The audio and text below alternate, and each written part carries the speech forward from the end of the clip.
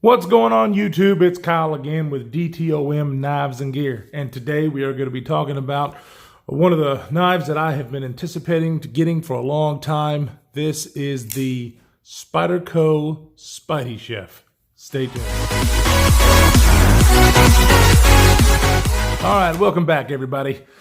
Today we're going to be talking about the Sypderco SpydieChef, but before we do, I just wanted to say thank you to a bunch of people that have helped me out on this channel. The knife community on YouTube is such a great community. I want to give another thank you to Big Bore Knife and Gear, who's been a big support, to Bearded Gear, who has also been a great support for me. And another YouTuber today I want to shout out is Gary Core EDC. Guys, if you like this kind of content, go check him out. He has got a ton of videos, way more than I do, on all kinds of knives. Matter of fact, I've watched a lot of his, he's got a lot of Tucson. Oh, man, I can't think today. Tucson knives that are freaking awesome. I don't own a Tucson yet, but this guy, watching his videos, I'm like, I got to get my hands on some. So anyways, check him out. He's awesome. Another announcement that I want to make before we get started is this is the last day. Today is the 23rd of April. Last day, last night that you're able to, I guess, enter to win my knife giveaway. So go to my channel. If you're watching this video, click on the knife giveaway video and comment down below, like and subscribe, and you'll be entered to win that. All right, down to business. Oh, I've been wanting this knife for quite a while. This is the Spyderco SpydieChef. This knife is very intriguing. It's very different. We're going to talk about why. One of the reasons is the materials that are used. Not so much the handles. Yeah, it's a titanium frame lock, which is great. I love titanium frame locks. But the main thing is this blade. This blade is a steel that's called LC200N. This steel was developed by NASA to, I think, make originally bearings to go into space, and they wanted it super corrosion resistant. And that's what this blade gives us. I want to bust out the old Blade HQ knife or steel guide. And here's what we got. So as you can see, the edge retention on this is mediocre, so it's not bad. It's definitely better than the other steel. Well, I say it's better. I've not tested it personally, but from what I understand, the edge retention on LC200N is better than H1, which is the other corrosion-resistant steel that Spyderco offers in their Salt series. The ease of sharpening is about mid-grade. It's got mid-grade toughness, but look at that corrosion resistance all the way down. So this thing, coupled with the titanium and the hardware that they use a ceramic ball, which is in the QCI version of this, which I think is the only thing you can get anymore, so you don't have to worry about that. Ceramic ball in the pivot for the detent. And so this thing is basically, I can't really ever say rust proof, but it's about as close as you can get. So that is why I was really excited to get this blade and to try that out. The operation of the knife is, of course, a titanium frame lock. Everybody knows them, everybody loves them, and this is an excellent titanium frame lock.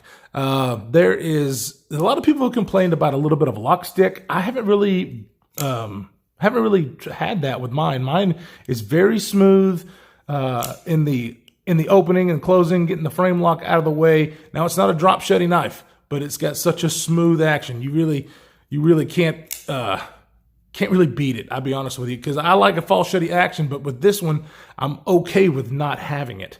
So like I said, titanium frame lock, it's got, guys, I'm telling you what, the more and more knives that I have with the Spyderco wire clip, the more and more I love it. I kind of wish they would put this clip on everything that they offer, because I really like this. But anyway, it's a deep-ish carry pocket clip. And you can see the little, this is basically like a Chris Reeve designed the titanium frame lock. And this is, his design here on this particular knife. A lot of people also, and I did have trouble, a lot of people also said that they can only deploy it with their thumb.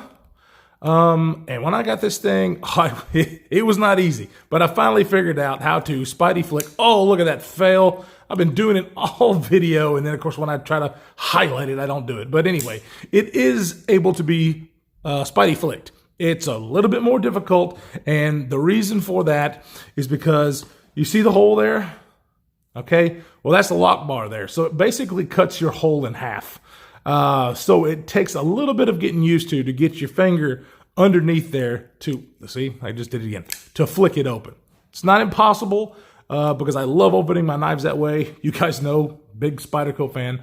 But it can be done.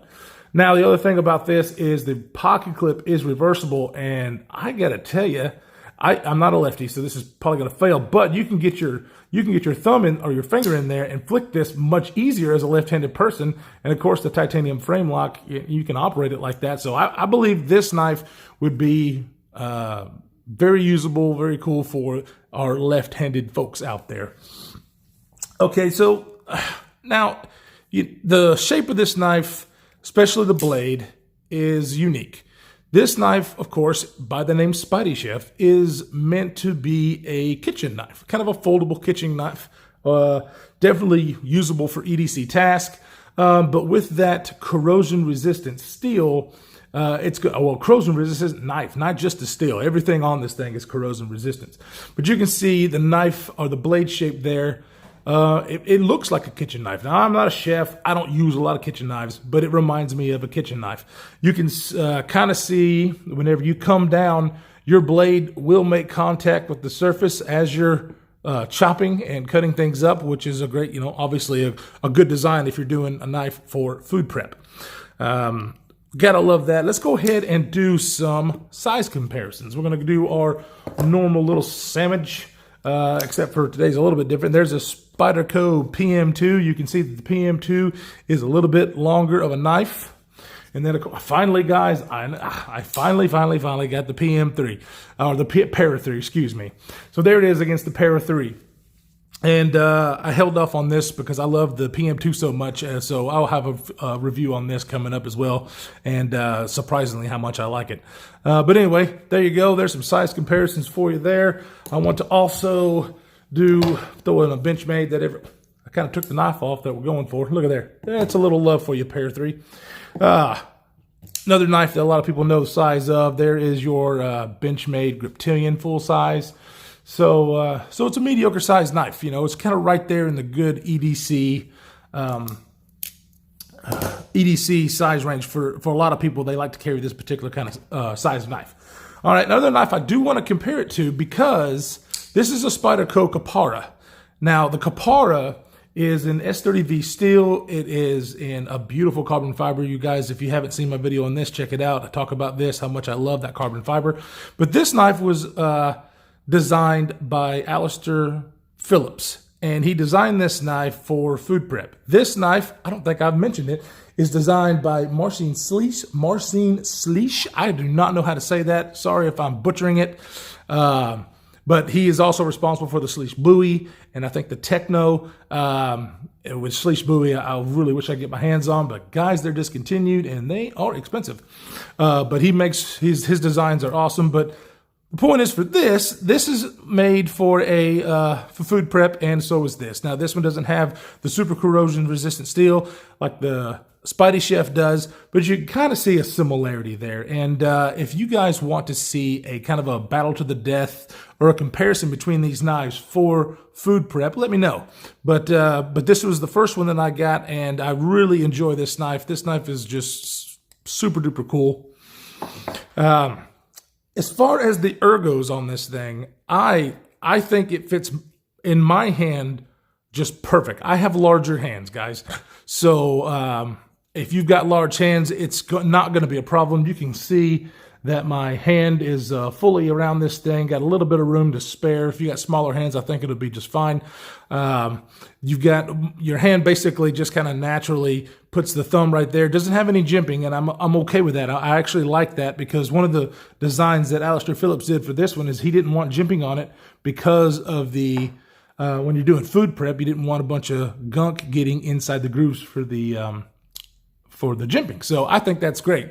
I think it's a good call for this particular design and philosophy of use this knife is supposed to be used for, which is food prep. Let's see here. Now, it is a titanium frame lock, so obviously no liners. It's an open construction with these pillars, and all this hardware is corrosion resistant.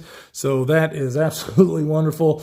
We're going to go ahead and get a weight on this guy because with the materials used, it is very lightweight. I believe. I can't really tell. We're gonna find out here. 3.75 ounces. I think that's great. A lot of people count their ounces. I'm not one of those, but I think that's a perfectly acceptable weight for an EDC knife. And this is a great EDC knife. You don't have to just use this for food prep. This blade shape will do a whole heck of a lot.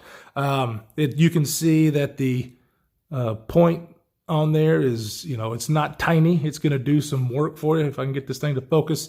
The actual overall length of this guy is 7.78 inches. The blade length is 3.32 inches.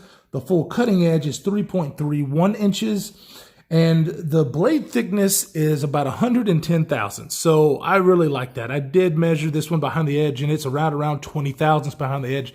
So it is a super slicey blade, which we all love. So the price on this guy as of right now is around $235, depending on where you go. Do I think that's a good price? I really, really do. And the reason I do is because you do have premium materials. Now, this is not M390 or CPM 20CV, but this still has a purpose. And I really, really am looking forward to seeing this knife in use and using it in food prep and getting it dirty and wet and not having this thing corrode on me. I'm really excited about that. So anyways, this is the overview of the Spyderco SpydieChef. I really appreciate you guys stopping by to check this out. Today, I didn't realize this until just a few minutes ago before I started this video, but Bearded Gear is also doing a video today for this knife. His brother loaned it to him. Go check out Bearded Gear's video as well on this knife. I think he uploaded it maybe a couple hours ago. It is about 8:30 here, so go ahead and flip over to that. He's got some good information for you. And if you like this kind of content, guys, please subscribe. Hit that notification bell. Remember to check out my giveaway video. You got one. Tonight is the last night. And we will see you in the next one.